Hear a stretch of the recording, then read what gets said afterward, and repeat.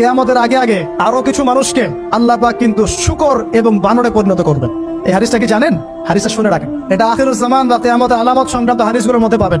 আল্লাহ রাসূল সাল্লাল্লাহু আলাইহি ওয়াসাল্লাম বলেছেন, কিয়ামতের আগে আগে আমার উম্মতের মধ্যে, ভালো করে শুনেন, কিয়ামতের আগে আগে আমার উম্মতের মধ্যে একদল মানুষ বের হবে যারা মদ পানকে হালাল মনে করবে। কাকে?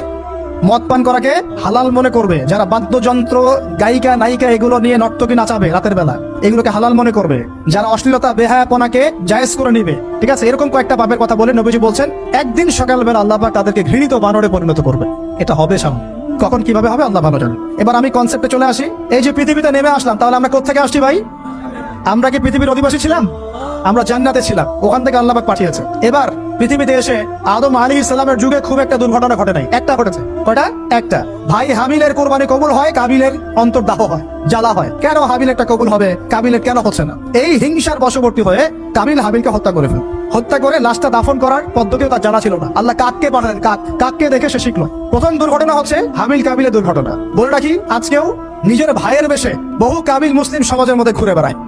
নিজের ভাইয়ের লেবাসে, পোশাকে, সুরতেই বহু কাবিল এখনো কিন্তু মুসলিম সমাজে ঘুরে বেড়ায়। তো আমরা কাবিলদেরকে কাবিলের পরিণতি সম্পর্কে সচেতন করতে চাই।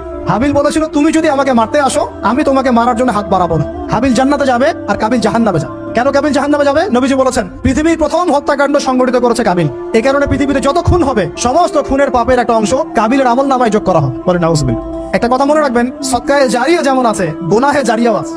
একটা মদের দোকান দিয়েছেন, যত মানুষ মদ খাচ্ছে, সমস্ত গোনার একটা অংশ আপনার কাঁধে আসছে। সিনেমা হল করেছেন, মানুষ সারাদিন নেকটা ছবি দেখে, নগ্ন ছবি দেখে, যত মানুষ এখানে পাপ করবে, সমস্ত পাপের একটা অংশ আপনার কাঁধে যাবে। আবার একটা মাদ্রাসা করেছেন, যত মানুষ এখানে দ্বীনি ইলম শিখবে, এই নেকির একটা অংশ আপনি পাবেন ইনশাআল্লাহ। মরে গেলেও কবরে পাবেন ইনশাআল্লাহ। আল্লাহ পাক আমাদের সবাইকে সদকায়ে জারিয়া করার তৌফিক দেন।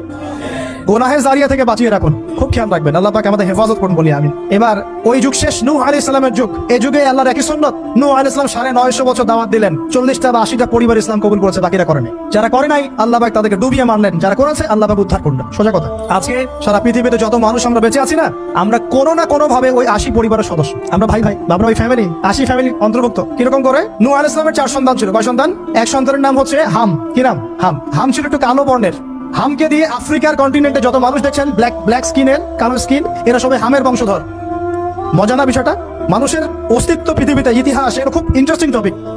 ইতিহাস পড়তে থাকলে আপনি ডুবে যাবেন। কত কিছু বিশ্ব হয়েছে আর কত কিছু হবে সামনে।